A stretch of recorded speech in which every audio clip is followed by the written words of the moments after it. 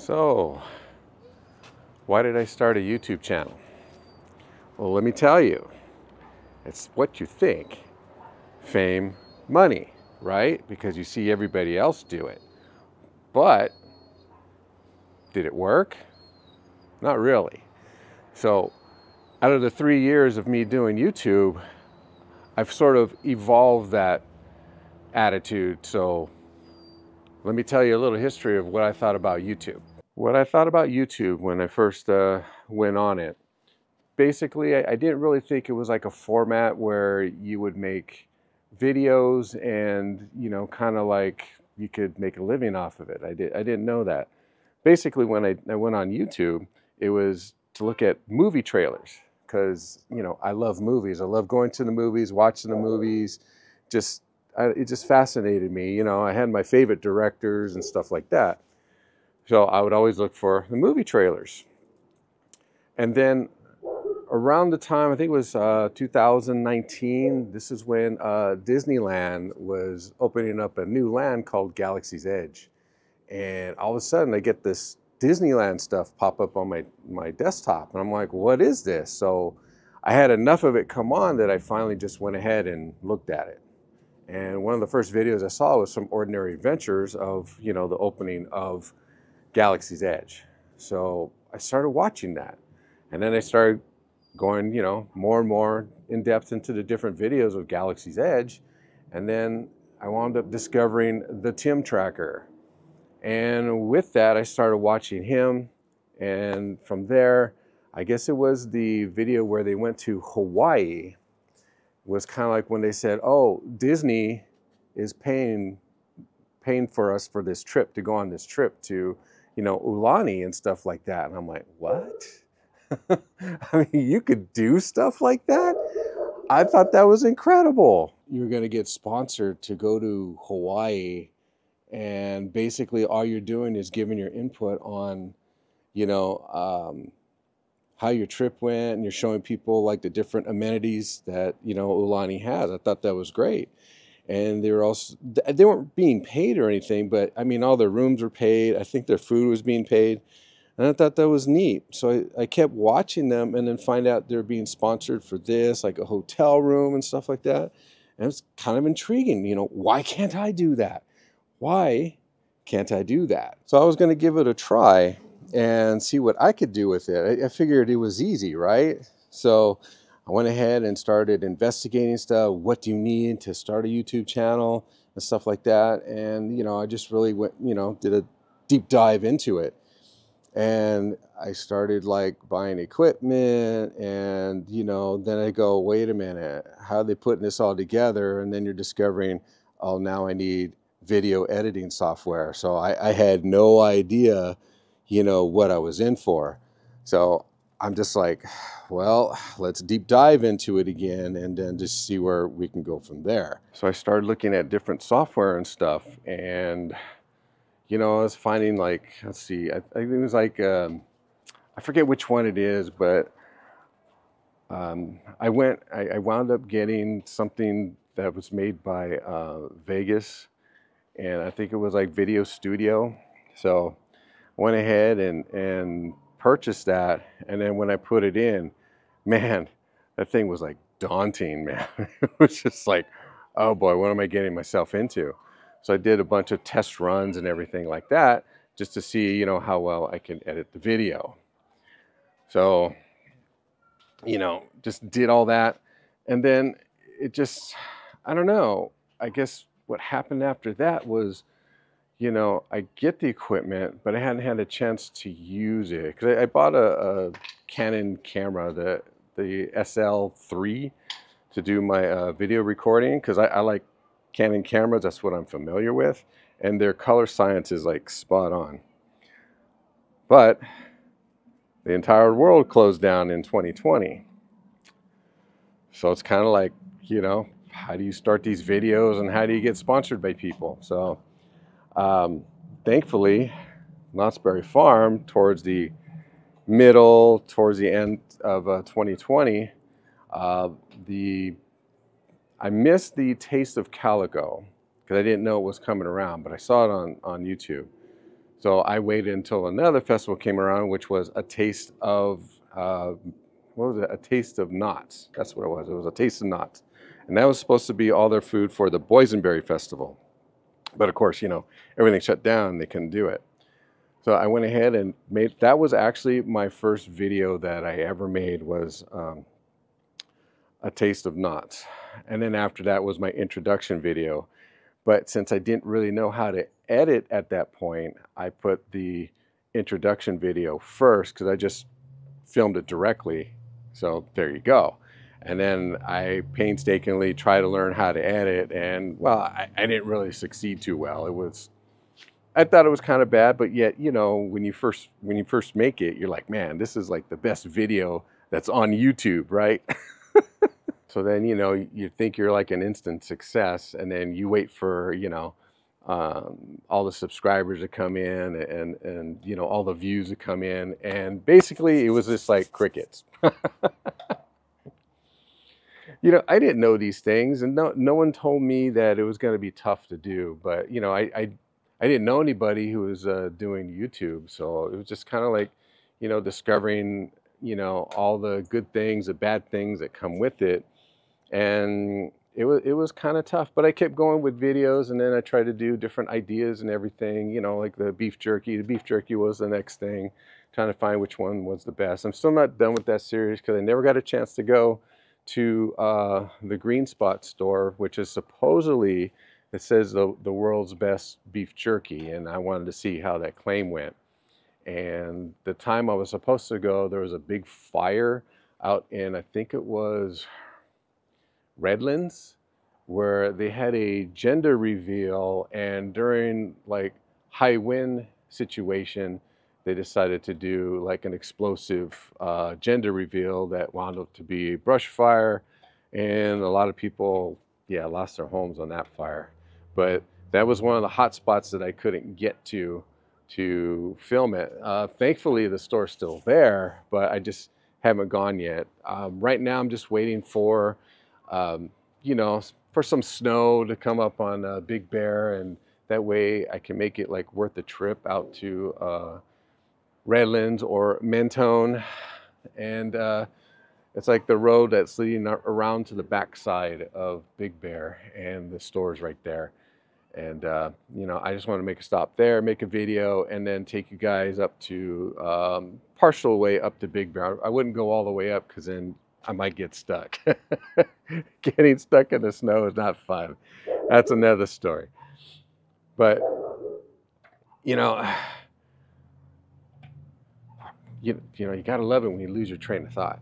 So I kept going with the videos, but I just couldn't figure out, like, man, this is like tough. I'm not going to get any of the subscribers I'm thinking. So you try and you ask people, to like, subscribe to your channel, and blah, blah, blah. I didn't know there was such a thing as a niche either. So, but, I discovered that later and stuff like that. So with that, it was just, I found out that making YouTube videos was very difficult, but they were fun. They were fun to do, put it all together. And, every clip that I filmed, I always put it in. And, it was like, because that's like your baby, you filmed everything, you have to put every clip in.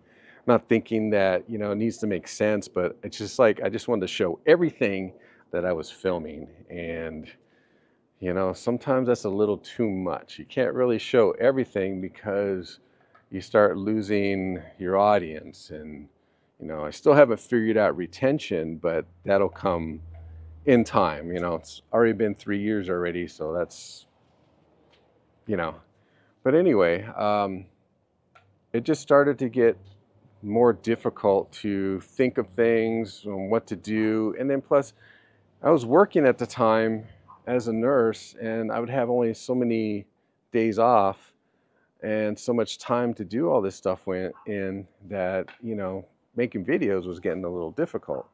So if you're not consistent in the beginning, then you start losing your audience. So, what do you do? I mean, I have to go with, my current job, my current occupation, because that's what's paying the bills, that's what's paying the rent in the house, gas in the car, food on the table, you know, all that malarkey, you know.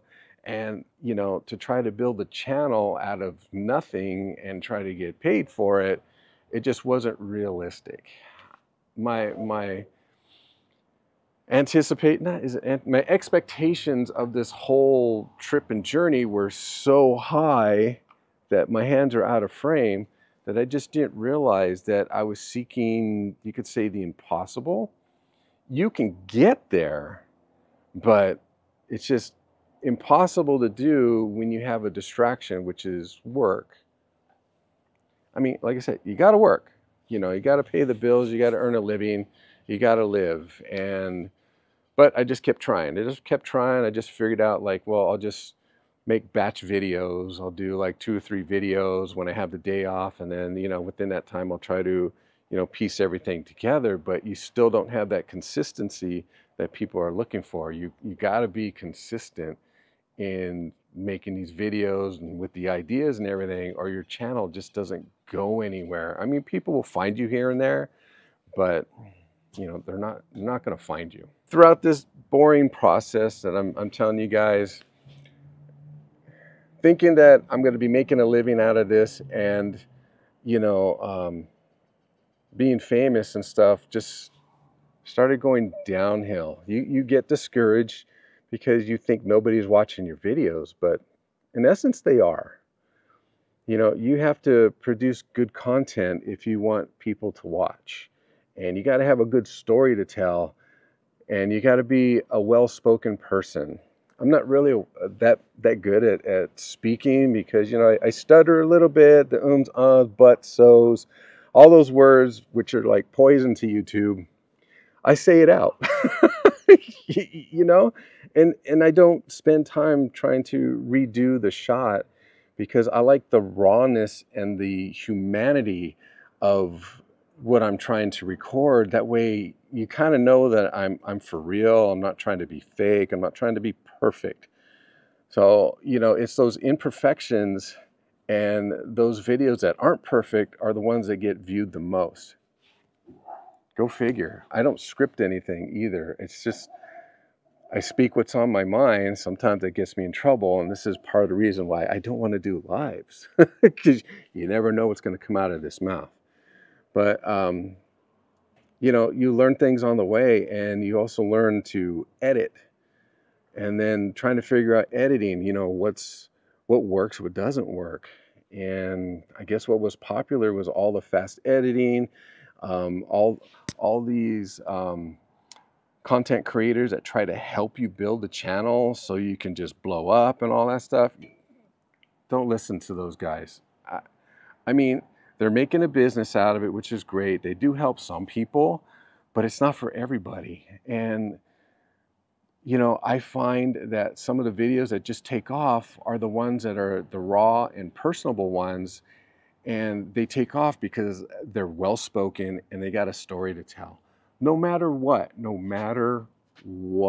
that's always going to be number one, is telling that story, because people want good stories. You know, it doesn't matter if Hollywood can't tell a good story or they can tell a good story.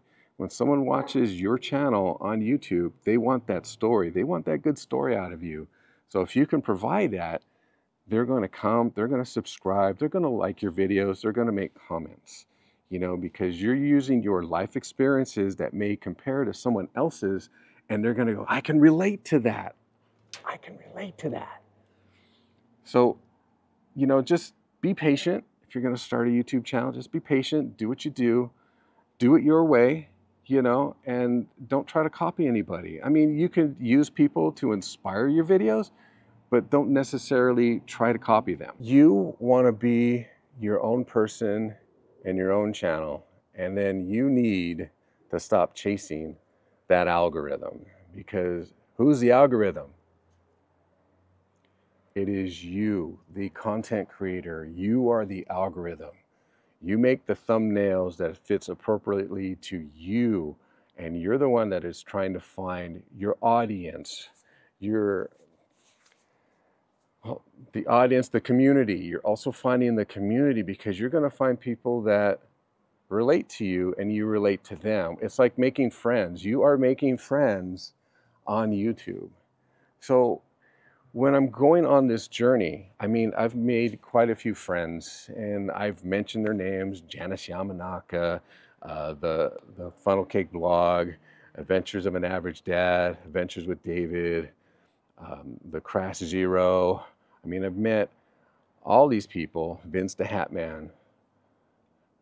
They're my friends because we do the same thing, and we're making a community. Now we each have our own community going, and sometimes there's some, you know, not cross-references, but there's like crossovers where you get discovered by their audience and your audience discovers them, and if they like it, they subscribe and they watch, and they become part of everybody's community.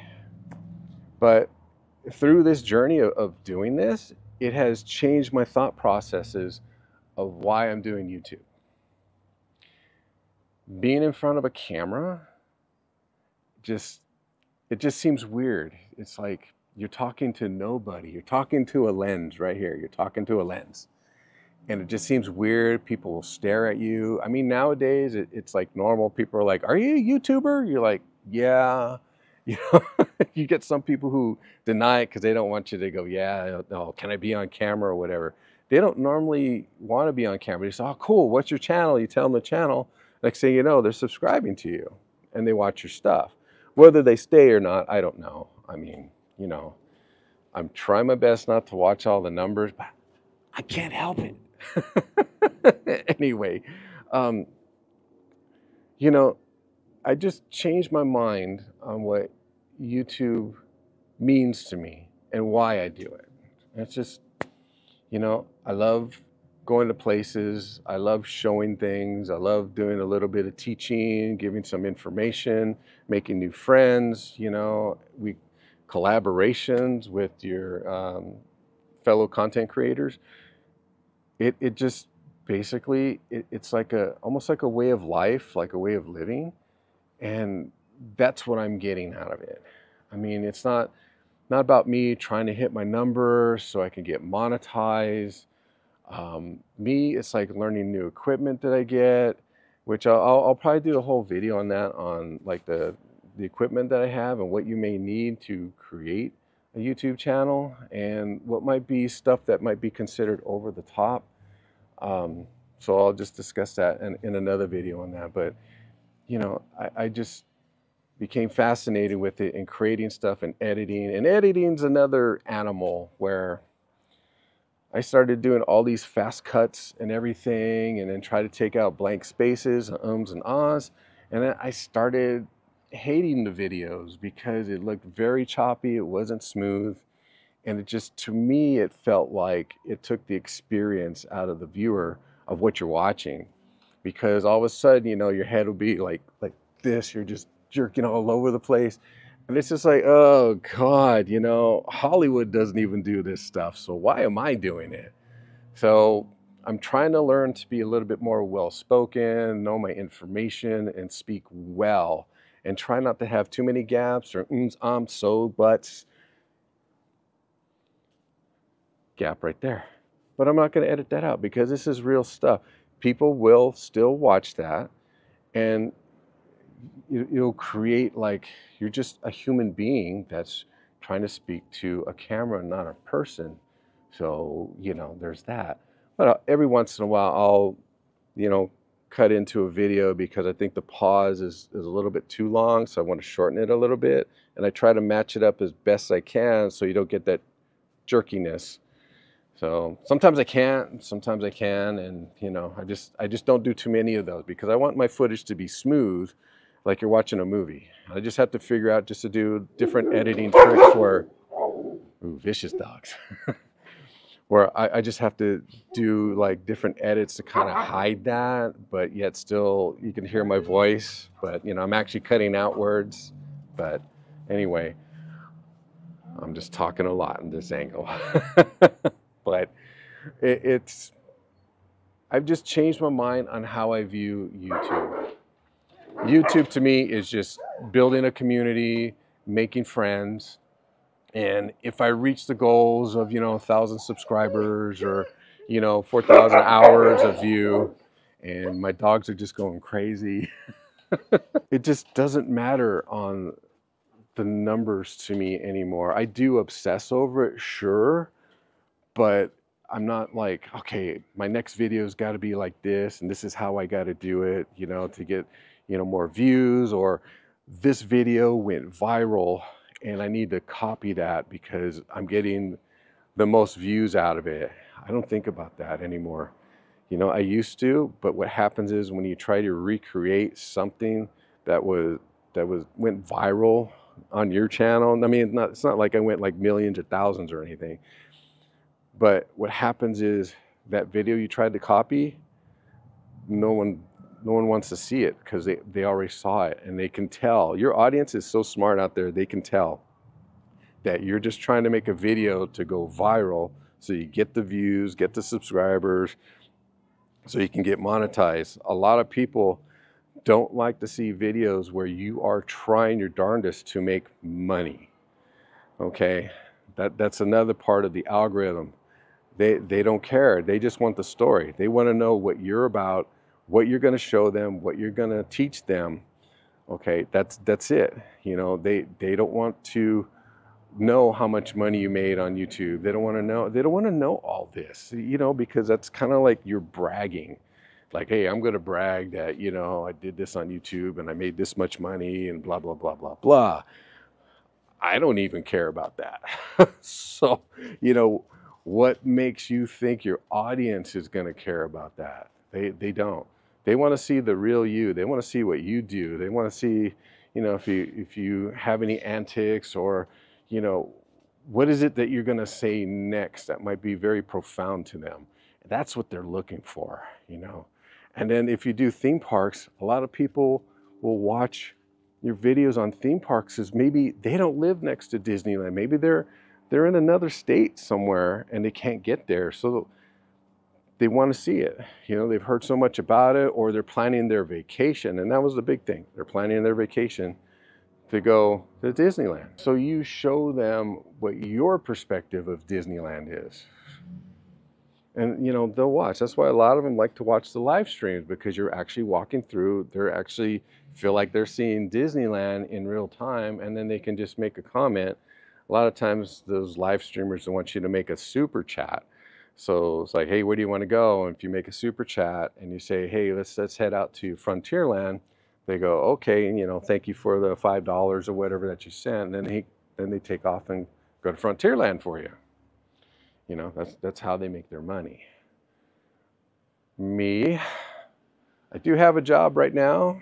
That's some weird thing going on in the future. I don't know what's going to happen. I don't know if I'm going to still have my job, but, you know, I still don't want to push where YouTube's going to be my full-time job and I need money, and then I'm begging you guys for money. It's like I just can't get myself to do that. What I can do is try to make good videos so you'll watch it. And then if I get monetized and have enough of the hours and the subscribers, then all you have to do is watch an ad. I mean, it'd be like you're watching TV. I mean, you watch an ad, you know, except you can't skip it unless you record the show and then you go back to it later and then you fast forward through it. But that would be the only way that I would feel good about making money through this. So this would be like my passive income, and it'd be something to support the channel. If it gets big to where it can support me, great. If not, no big deal. You know, I'll have to get a job somewhere. And like I said, I'm not sure what my future is at my current job right now, so I can't really talk about it. So, but yeah, that's how my outlook had changed from making a buco amount of money and being famous on YouTube. It's not how it evolved. It could be because YouTube is very difficult to do. Could be. But you know what? It's just a sense of the people that you meet. You see how humble they are, how grateful they are that, you know, people are watching their videos. And it just gave me that feeling of like, I'm approaching this all wrong. You know, one should be creating on YouTube to create, to express themselves, not to make it their job, not to make it their career, and not to think that they're going to make buku amounts of money, because that would be the wrong thinking. You just need to go ahead and just be true to yourself. Don't pretend to be someone that you're not. Just be true to yourself. And I'll also let you know that be as transparent as possible, because if you lie to your audience will figure it out and they will hate you for that. So do your best not to lie, not to be fake. If you mess up and you say something, go ahead and backtrack and say, you know what, I really didn't mean that. I apologize. I never meant to say that. Or you just say, yeah, I know I said I wasn't gonna like ask for, likes on my video, but it was kind of helping every time I reminded somebody to do that. So, I'm gonna backtrack on that. As long as you're honest, your audience will be right there with you. Okay. But out of all that, that's why I like making videos. I just love the community that's being created and formed. I love the collaborations I do with my fellow content creators. I mean, we just have a blast. It's just so fun to do. And I thoroughly enjoy that. So that's the evolution of what I think of YouTube.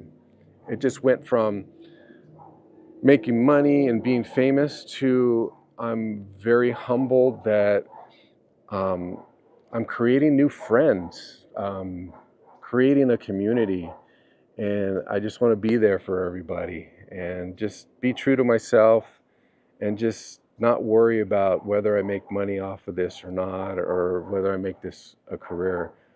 I enjoy filming. I enjoy just going to the parks. I enjoy food. I don't know if you can tell. I enjoy food.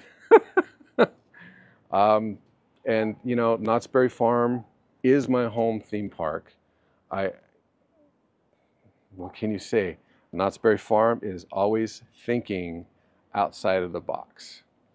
So anyway, this is such a long video. I thank you guys for just coming along, and I am going to do away with my, what do they call it? The ending screen where, there's a place where you can hit to subscribe and then also show you, try to lead you to a couple other videos to watch. I am going to end that as of this video, because I find that when that comes up, you guys tune out. So I can tell you guys don't like it. So I'm going to stop that. And also, if you guys really want to see more of my content on my channel, you guys know where to go. You guys are smart. Plus, YouTube will actually have up next, and they'll automatically put one of my videos up there, and then you can just follow the trail, or you just go to the channel and find out what you want to watch.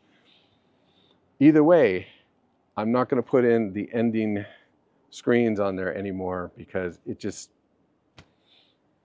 doesn't make the video look good, because you're still trying to talk as these things are like blocking your view. So you're like this, trying to tell the audience something, and then it's like, wait a minute, I can't see you. What are you doing?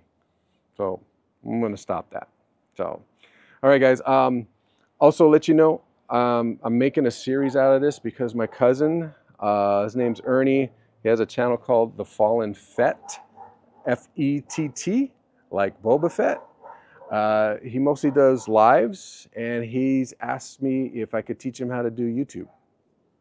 So I thought, why not create a little series and start with, why I started YouTube myself. And that way I can pass it on. And I'll go with equipment and some recommendations. Also, I'm going to do like a behind the scenes of when him and I meet up, and he wants to meet up at Disneyland or California Adventure, whichever one. And then he wants me to teach him how to do YouTube. So I'm just going to do a behind the scenes on that. And we're actually going to be, I'm actually going to teach him what I know, which I find weird. I only got like, as of this recording, 368 subscribers. But, if he likes the way I do the videos, why not? And plus, if he improves better than me, that means I'm a better teacher than a content creator. All right, guys. Thank you guys for watching. I appreciate everything that you guys do in watching my videos. And until the next time, I take you to another wicked place. Good night, guys.